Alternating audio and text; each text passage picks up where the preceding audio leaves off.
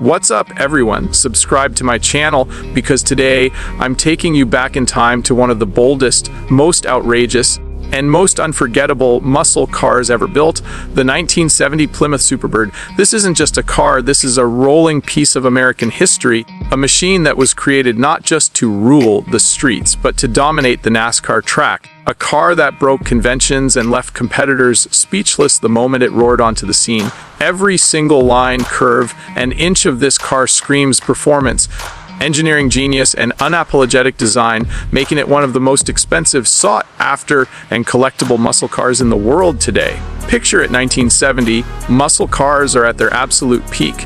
The horsepower wars are raging, and manufacturers are battling not just for sales, but for speed supremacy. Plymouth needed a car that could stand tall against Ford and Chevrolet, but they weren't just thinking of the dealership lot. They had their eyes set on NASCAR glory. And the solution? The Plymouth Superbird, a car designed purely with aerodynamics in mind, a car that transformed the rules of racing and left fans stunned. When you first see a Superbird, the design is almost shocking. That massive aerodynamic nosecone up front stretches nearly 19 inches beyond the original Roadrunner's body, sculpted to slice through the air, and then the most iconic feature of all, that towering rear wing standing at nearly 2 feet high, engineered not just for looks but to keep the car planted at insane racing speeds. It wasn't built to turn heads, even though it does so effortlessly. It was built to win, to cheat the wind, and to break records. That's why NASCAR fans still talk about it with awe.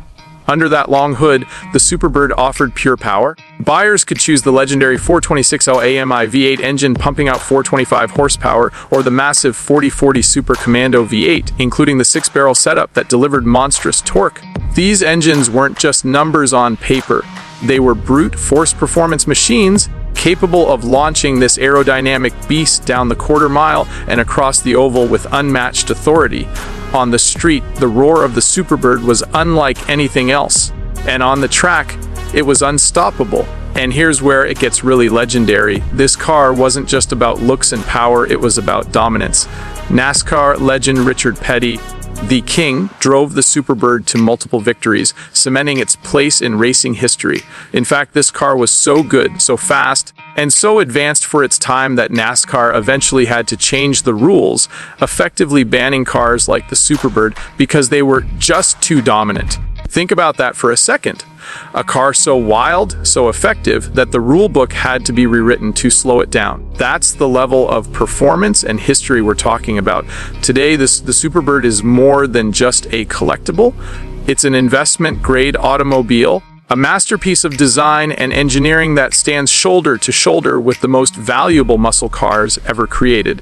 At auctions, pristine examples of the 1970 Plymouth Superbird with the HEMI engine can sell for well over $500,000, sometimes pushing into the $1 million range, depending on originality and condition. This isn't just because it's rare, it's because it's a symbol of an era of raw innovation and fearless design. Only around 935 were ever built, and far fewer have survived in excellent condition, making every single one of them a priceless gem. Slide inside the cabin and you'll find a surprisingly simple interior. After all, this was a car built for speed, not luxury.